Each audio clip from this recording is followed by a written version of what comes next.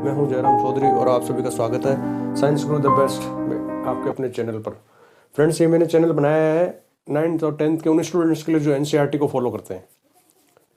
और इस चैनल पर मैं आपको प्रोवाइड करूंगा लेटेस्ट जो सीबीएसई का सिलेबस है 2021-22 का जो सिलेबस है, जिसको टर्म 1 और टर्म 2 में सीबीएसई ने स्प्लिट कर रखा है, उस सिलेबस के अकॉर्डिंग मैं आपको वीडियो कंटेंट यहाँ पर प्रोवाइड करने वाला हूँ। तो फ्रेंड्स, सबसे पहले चैनल को आप सब्सक्राइब कीजिए, वीडियोस को लाइक और शेयर करना ना भूलना। अब हम बात करते हैं आज के टॉपिक की। Chapter number 4, carbon and its compound. बहुत ही इंपॉर्टेंट चैप्टर है ये टर्म 2 के लिहाज से। तो इसमें कार्बन और इट्स कंपाउंड, इस चैप्टर में, हालांकि बहुत बड़ा चैप्टर है लेकिन सीबीएसई ने टर्म 2 के सिलेबस में इसको रिड्यूस कर रखा है। तो इसमें 3 टॉपिक है जो हमें पढ़ने हैं। सबसे फर्स्ट है कोवैलेंट बॉन्डिंग इन कार्बन, उसके बाद है होमोलोगस सीरीज, और एक इसमें है जो है वर्सेटाइल नेचर ऑफ कार्बन। ये 3 टॉपिक है जो इस चैप्टर में हमको पढ़ने हैं। तो आज का वीडियो शुरू करते हैं। Chapter 4, carbon and its compound. सबसे पहले मैं आपको इस वीडियो में इंट्रोडक्शन और कोवैलेंट बॉन्ड के बारे में पढ़ाने वाला हूँ।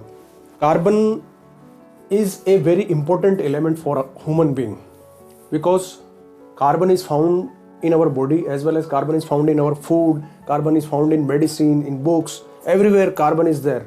यानी सब जगह हमें कार्बन मिल जाएगा। ऐसा अगर हम अपने सराउंडिंग में देखेंगे तो बहुत सारे कंपाउंड्स मिलेंगे हमको, बहुत सारे ऐसे मटेरियल्स मिलेंगे जिनमें कार्बन भरा पड़ा है। तो कार्बन की हमारे लिए इमेंस इंपॉर्टेंस है, बहुत ज़्यादा इंपॉर्टेंट ये कंपाउंड है, इसलिए हमें इसके बारे में पढ़ना भी है और इसको समझना भी है। तो सबसे पहले बुक में जो चीज़ दे रखी है उसके हिसाब से मैं एनसीईआरटी बुक को ही फॉलो करने वाला हूँ। यहाँ पर मैं आपको मेनली जो सिलेबस रिड्यूस है उसके हिसाब से और बुक के हिसाब से, ज़्यादा बुक से बाहर या सिलेबस से बाहर की चीज़ें मैं आपको यहाँ पर नहीं बताने वाला हूँ, क्योंकि वो आपके अभी इस लेवल में क्लास 10th के हिसाब से फिर वो काम की नहीं है। तो मैं स्ट्रिक्टली एनसीईआरटी को फॉलो करूँगा। आप इसी चीज़ को देखना, आपको एक्स्ट्रा और कहीं कुछ पढ़ने की जरूरत नहीं है।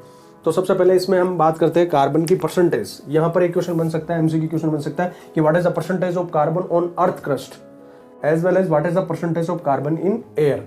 तो सबसे पहले मैं आपको बता दूं, on earth crust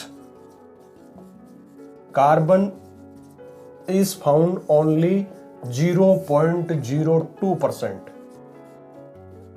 earth crust पे कार्बन कितना है? Only 0.02% carbon is found on earth crust. अब ये अर्थ क्रस्ट में किस फॉर्म में पाया जाता है? तो मेनली अर्थ क्रस्ट पे कार्बन पाया जाता है in form of carbonates, in form of bicarbonate और we can say hydrogen carbonate,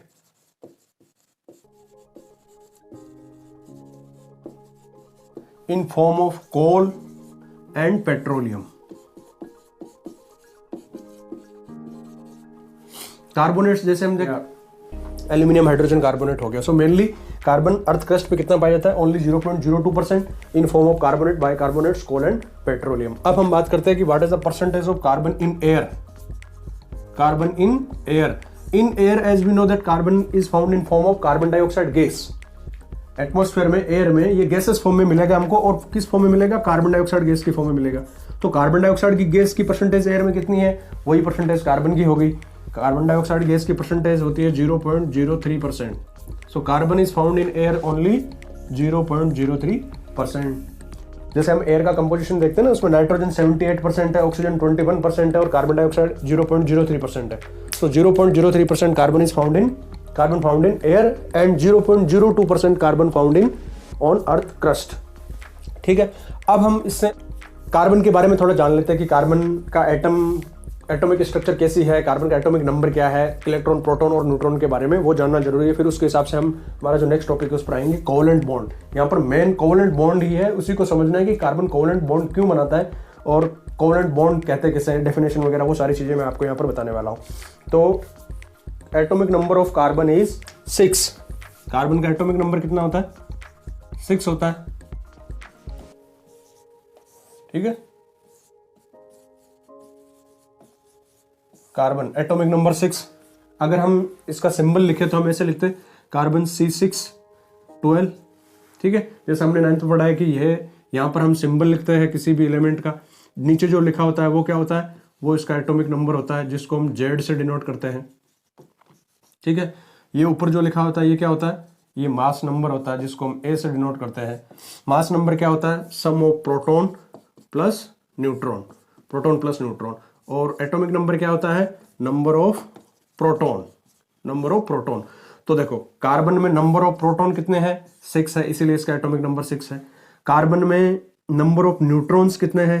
देखो नंबर ऑफ न्यूट्रॉन अगर हमें फाइंड आउट करना है, वैसे तो जनरली नंबर ऑफ प्रोटॉन और न्यूट्रॉन इक्वली होते हैं, लेकिन जैसे जैसे हम एटॉमिक नंबर बढ़ता जाता है वैसे वैसे नंबर ऑफ न्यूट्रॉन थोड़े प्रोटॉन से ज्यादा होने लगते हैं, कईयों में तो बहुत ज्यादा डबल के आसपास भी होते हैं। तो यहाँ पर कार्बन में न्यूट्रॉन भी 6 ही है, ठीक है। देखो मास नंबर से भी हम पता लगा सकते हैं, mass number A minus Z is equal to number of neutron. देखो mass number 12 minus atomic number 6 यानी number of proton, atomic number मतलब नंबर ऑफ प्रोटॉन, तो मास नंबर यानी total number of, mass number का मतलब क्या है? Proton plus neutron. तो प्रोटॉन प्लस न्यूट्रॉन में से हम माइनस कर रहे हैं किसको? नंबर ऑफ प्रोटॉन को। तो हमारे पास में क्या आ जाएगा? न्यूट्रॉन्स आ जाएंगे। तो 12 माइनस 6 यानी कि 6। So number of neutron also 6। Number of electron, number of proton और इलेक्ट्रॉन इक्वल होता है, तो नंबर ऑफ इलेक्ट्रॉन भी कार्बन में हो जाएगा 6। तो कार्बन है 6 प्रोटॉन, 6 न्यूट्रॉन एंड 6 इलेक्ट्रॉन। अब देखो यहाँ पर इसका एक आइसोटोप और होता है जिसको हम कार्बन C14, कार्बन 14 भी कहते हैं। हालांकि हमें उसके बारे में अभी यहाँ पर ज्यादा नहीं पढ़ना है, लेकिन फिर भी मैं जस्ट आपको बताता हूँ कि one isotope is there of carbon, that is carbon 14, जो रेडियो एक्टिव भी होता है। तो इसमें 14 का मतलब है इसके पास में नंबर ऑफ न्यूट्रॉन 8 है। ये हम 9th में पहले से पढ़ के आ चुके हैं। तो प्रोटॉन 6 है और इलेक्ट्रॉन भी 6 है, लेकिन नंबर ऑफ न्यूट्रॉन 8 है, ये कार्बन 14 होता है, ठीक है। तो हम मेनली यहाँ पर कार्बन इस पे फोकस करने वाले हैं, कार्बन C612 पे फोकस करने वाले हैं। अब हम इसकी इलेक्ट्रॉनिक कॉन्फ़िगरेशन देख लेते हैं थोड़ा सा।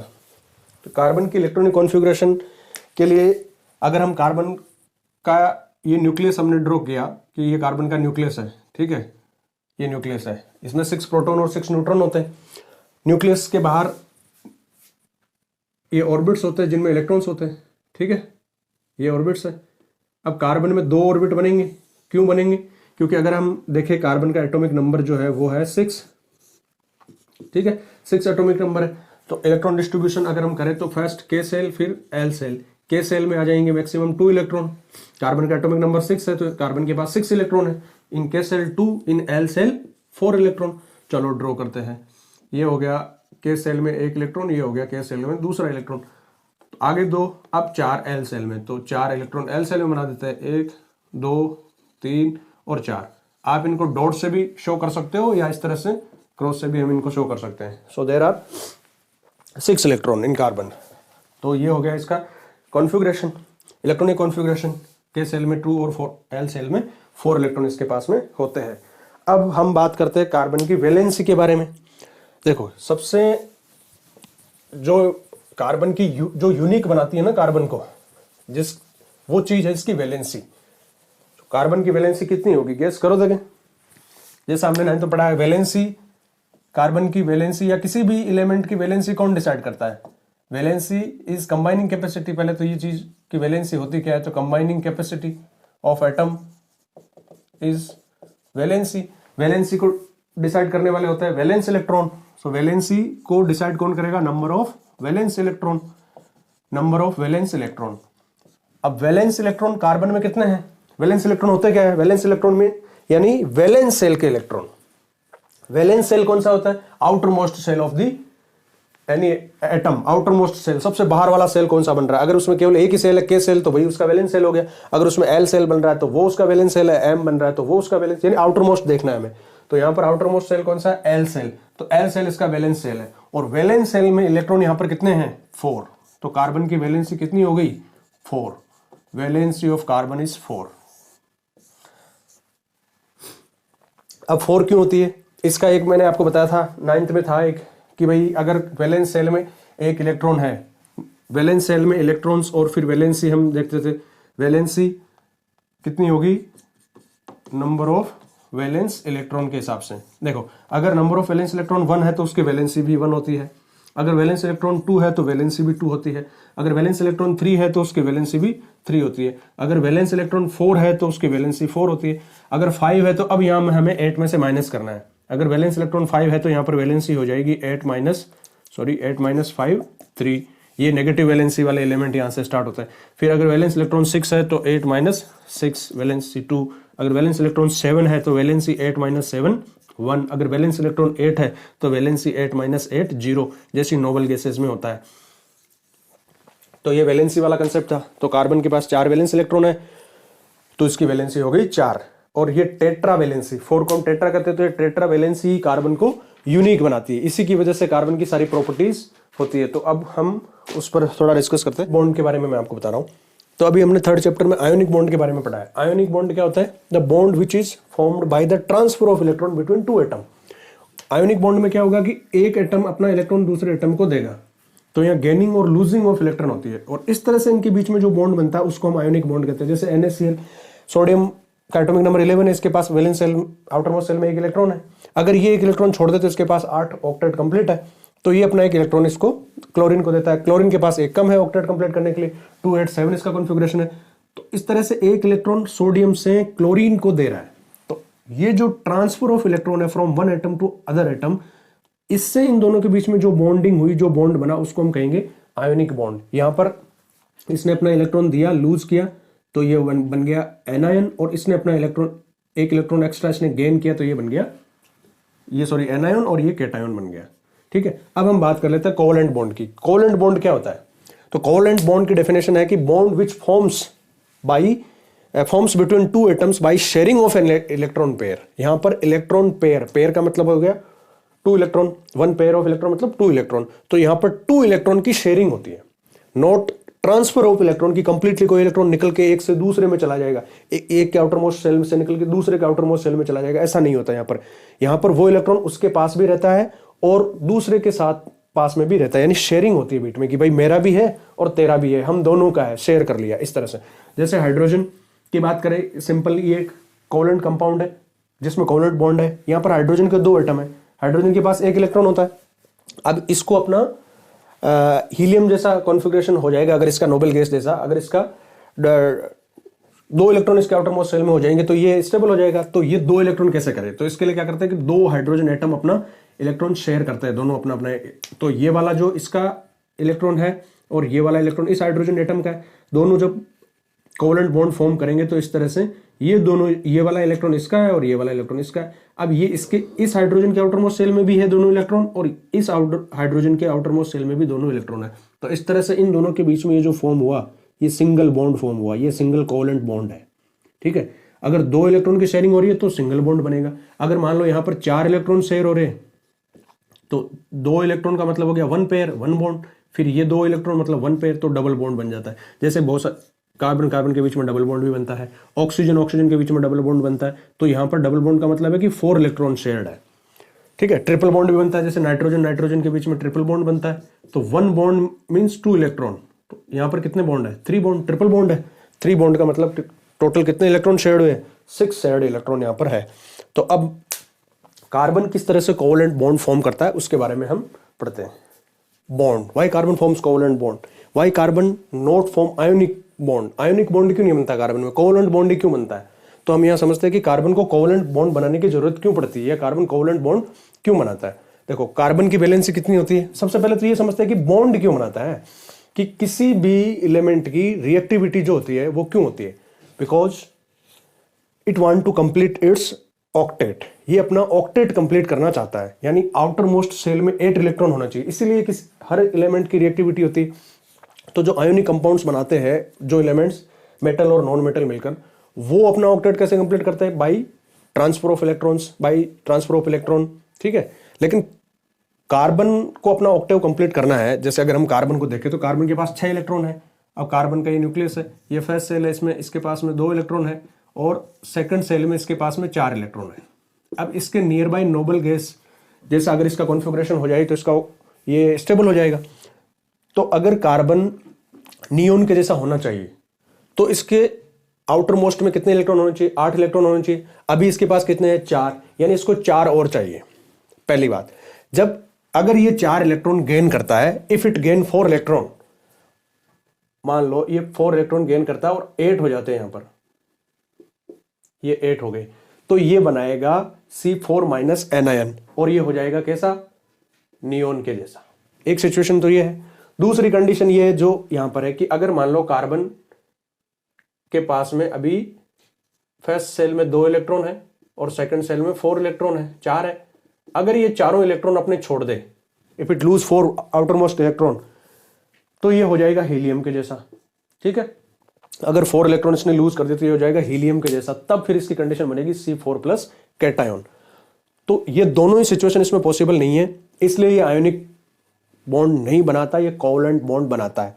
मैं आपको बताता हूं कि क्यों ये दोनों सिचुएशन इसके लिए संभव नहीं है, क्यों नहीं बनाता ये C4+ और C4-। इस पे क्वेश्चन आ सकता है, इंपॉर्टेंट चीज है कि भाई carbon not form C4+ cation, और ऐसा भी हो सकता है कि भाई carbon not form C4- anion, या क्वेश्चन ऐसा हो सकता है कि भाई carbon forms covalent bond not ionic bond. तो कार्बन C4+ कैटायन अगर बनाए, ठीक है, और अपने चारों के चारों इलेक्ट्रॉन लूज कर दे, ये सिचुएशन हो, हीलियम जैसा कॉन्फ़िगरेशन अगर इसका हो जाए, ठीक है, हीलियम जैसा अगर ये होना चाहे, तब क्या होगा, पहले इसको हम देखते हैं। If carbon form C4+ cation, अगर कार्बन C4+ कैटायन बनाएगा तो देखो कार्बन के न्यूक्लियस में 6 प्रोटॉन 6 न्यूट्रॉन, ये कार्बन का न्यूक्लियस है। अब इसके आउटर मोस्ट सेल में है 2 इलेक्ट्रॉन, सॉरी के सेल में है 2 इलेक्ट्रॉन, एल सेल में है 4 इलेक्ट्रॉन, 1 2 3 एंड 4। अगर ये C4+ बनाता है, C4+ कैटायन बनाता है, अपने चारों इलेक्ट्रॉन लूज कर देता है, तब ऐसी सिचुएशन में कार्बन के पास में क्या होगा, कार्बन के पास में होगा only 2 electron. Number of electron कितने हो जाएंगे, only 2 electron. It is very difficult to remove 4 valence electron. पहली चीज, अगर ऐसा क्यों नहीं होता कि 4 इलेक्ट्रॉन को रिमूव करना बहुत मुश्किल काम है। जो आउटर मोस्ट के 4 इलेक्ट्रॉन है, इसको रिमूव करने के लिए बाहर से हमें बहुत ज्यादा एनर्जी की रिक्वायरमेंट होगी, बहुत ज्यादा हीट इसको देनी पड़ेगी, तब जाके 4 इलेक्ट्रॉन रिमूव होंगे। क्योंकि इलेक्ट्रॉन और प्रोटॉन, पॉजिटिव नेगेटिव के बीच में एक फोर्स ऑफ अट्रैक्शन है कि नहीं, तो ये इलेक्ट्रॉन्स को बाइंड करके रखे हुए प्रोटॉन बहुत स्ट्रॉन्ग फोर्स है, इसलिए इनको बाहर निकालना, रिमूव करना ही सबसे बड़ी प्रॉब्लम है। कि अगर हम ये बना तो ले C4+, लेकिन इसके लिए आपको पहले ये जो इस सेल में ये जो 4 इलेक्ट्रॉन है, इनको निकालना तो पड़ेगा। इनको निकालना बहुत इजी नहीं है, इनको निकालने के लिए बहुत ज़्यादा एनर्जी हमें बाहर से देनी पड़ेगी, तब ये रिमूव होंगे, तो ये बनेगा नहीं। पहली बात तो ये होगी, ठीक है। अब दूसरी बात क्या है कि अगर मान लो हमने इतनी हीट दे भी दी इसको, इतनी एनर्जी दे भी दी, और इसको हमने 4 इलेक्ट्रॉन इसके रिमूव भी कर दिए, तब फिर सिचुएशन देखो, फिर कार्बन का कॉन्फ़िगरेशन देखो। अब क्या है, कार्बन के पास में 2 इलेक्ट्रॉन्स है और प्रोटॉन कितने हैं, 6 प्रोटॉन है। कार्बन का कहीं ना कहीं बैलेंस जो है वो गड़बड़ा रहा है, इम्बैलेंसिंग वाली सिचुएशन हो रही है कि 6 proton holding just only 2 electron.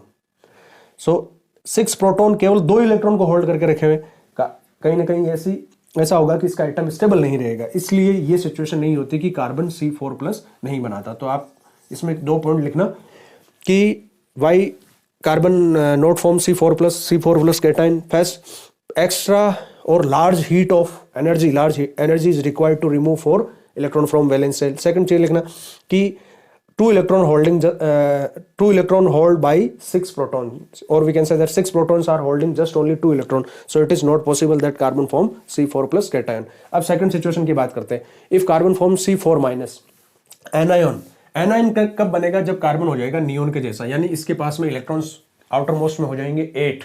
अब ये सिचुएशन देखो, जब कार्बन के पास में 8 इलेक्ट्रॉन है आउटर मोस्ट सेल में, 6 प्रोटॉन और 6 न्यूट्रॉन इसके न्यूक्लियस में, ये इसका फर्स्ट सेल है जिसमें इसके पास में 2 इलेक्ट्रॉन है, ठीक है, के सेल में। अब outer most shell, valence shell, L shell की बात कर लेते हैं। 4 तो इसके खुद के है ही, 4 इलेक्ट्रॉन तो ये रखता ही है, अब इसने 4 एक्स्ट्रा और ले लिए, एनाइन बन गया। तो अब इसके पास कितने हो जाएंगे, मान लो मैं इनको थोड़ा ऐसे शो कर रहा हूं, अब इसके पास में आउटर मोस्ट सेल में इलेक्ट्रॉन कितने हैं, 8। अब 6 proton holding 10 electron, so again it is not possible that 6 proton can hold 10 electron. Proton तो 6 ही है, प्रोटॉन थोड़ी बढ़ने वाले, इलेक्ट्रॉन अब हो गए इसके पास में 10, 8 तो आउटर मोस्ट सेल में हो गए, 2 इनर वाले से 10 electron. 6 proton cannot hold 10 electrons. That's why it is not possible that carbon can form C4- anion. इसलिए एनायन भी नहीं बनाता, कैटायन भी नहीं बनाता, यानी आयोनिक बॉन्ड नहीं बनाता। तो फिर कार्बन इस प्रॉब्लम को कैसे ओवरकम करता है, carbon overcome this problem by forming covalent bond. तो कार्बन कोवलेंट बॉन्ड बनाता है, ना तो ये लेता है किसी को, ना ये देता है, ठीक है। ये कहता है भाई हम तो शेयर करेंगे, बस मैं उसी को दूंगा जो मुझे देगा, ठीक है, शेयरिंग वाली।